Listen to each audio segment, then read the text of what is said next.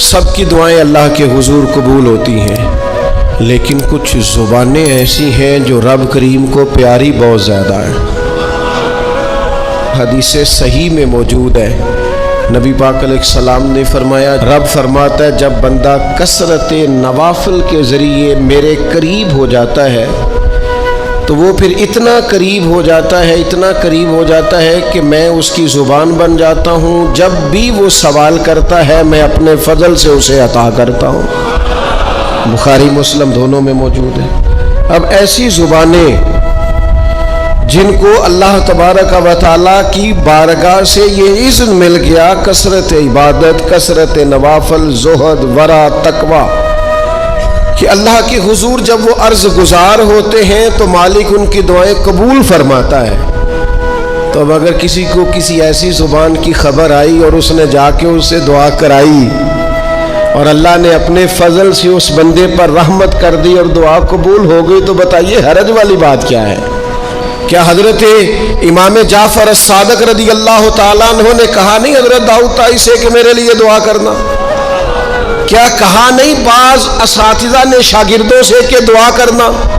کیا کہا نہیں کہ بعض مشائخ نے مریدوں سے کہ میرے لیے دعا کرنا؟ بھائی کیا بیٹا اپنے باپ کے لیے دعا نہیں کرتا؟ کیا بیٹیاں بیٹے ماں باپ کے لیے دعا؟ او سنو نا یار، اس سے بڑی میں آپ کو بات کیا سناؤں؟ بخاری مسلم میں موجود ہے، حضرت عمر فاروق رضی اللہ تعالیٰ عنہ عمرہ کرنے جا رہے تھے۔ اللہ کے پیارے رسول، رسول رحمت، محبوب رب اکبر صلی اللہ تعالیٰ علیہ وسلم نے فرمایا، عمر میرے بھائی ہمیں بھی دعاؤں میں یاد کرنا۔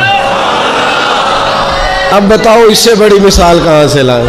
حضرت عمر سے نبی کریم علیہ السلام نے کہا، عمر میرے بھائی ہمیں بھی اپنی دعاؤں میں یاد رکھنا۔ تو اگر حضور جناب عمر سے کہہ سکتے ہیں دعا کرنا، مجھے بتاؤ حضور کو ضرورت ہے جناب عمر کی دعا کی؟ یہ کس لیے کہا؟ یہ اس لیے کہا کہ ہمیں سمجھ میں آ جائے کہ کچھ لوگوں سے دعا کرا لینی چاہیے، کچھ لوگوں سے دعا کرا لینی چاہیے، بس اس سے زیادہ جملہ نہیں کہوں گا، کچھ لوگوں سے اپنے حق میں کچھ کہلوا لینا چاہیے، کوئی گواہی اپنے حق میں کرا لینی چاہیے، فائدہ ہوتا ہے، اس کا نفع ہوتا ہے، اس میں بڑے راز مضمر ہوتے ہیں، اس میں بڑے عقدے کھل جایا کرتے ہیں، اس میں بڑی آسانیاں ہو جاتی ہیں۔ میرے عزیز، نبی پاک صلی اللہ تعالی علیہ وسلم نے فرمایا جناب عمر سے میرے لیے،